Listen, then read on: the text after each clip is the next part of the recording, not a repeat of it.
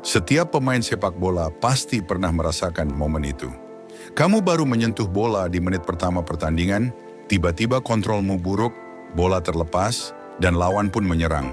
Dan yang muncul di kepala cuma satu, waduh, kalau pelatih lihat ini, habis aku. Tapi percayalah, satu kesalahan kecil tidak pernah menentukan siapa kamu sebagai pemain.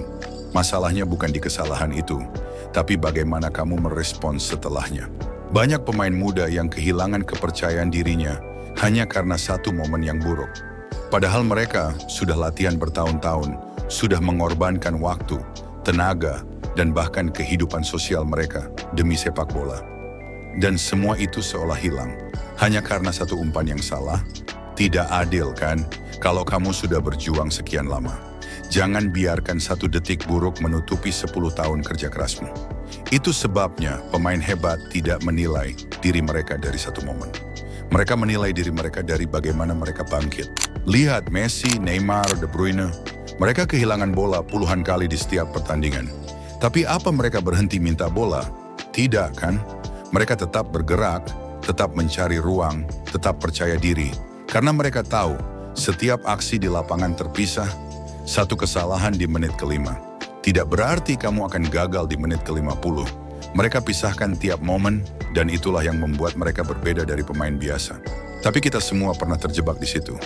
Setelah kehilangan bola, kamu mulai bermain aman. Umpan pendek tanpa risiko. Kamu mulai sembunyi dari bola, berpura-pura siap, padahal kamu tidak benar-benar ingin bola datang lagi. Dan tanpa sadar, kamu sedang mengubur potensimu sendiri. Karena pelatih, penonton, bahkan pencari bakat tidak mencari pemain yang sempurna, mereka mencari pemain yang berani gagal dan bangkit lagi. Bayangkan kamu seorang winger, 2 kali gagal melewati bek lawan. Kamu panik, mulai ragu, dan akhirnya tak berani mencoba lagi.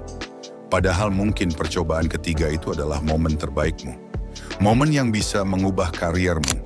Pencari bakat tidak hanya melihat skill, mereka melihat mentalitas. Pemain yang berani meminta bola setelah gagal, itulah pemain yang dicatat oleh pelatih. Itulah pemain yang siap naik level. Jadi yang bisa kamu lakukan sekarang adalah belajar untuk memisahkan setiap kejadian. Umpan salah, lupakan. Dribble gagal, lupakan. Setiap detik baru adalah kesempatan baru. Kalau kamu tidak bisa reset mentalmu secara cepat, buatlah trigger fisik. Misalnya, tepuk paha 2 kali, tarik napas dalam-dalam, atau ikat sepatu lagi seperti Messi. Buat sinyal bagi otakmu bahwa, oke, momen itu sudah selesai, saatnya fokus ke berikutnya. Kamu sedang mengajari dirimu sendiri untuk melupakan rasa takut. Lihat Aaron Ramsdale, kiper Arsenal. Setiap 10 menit, dia menoleh ke tribun dan berteriak ke fans.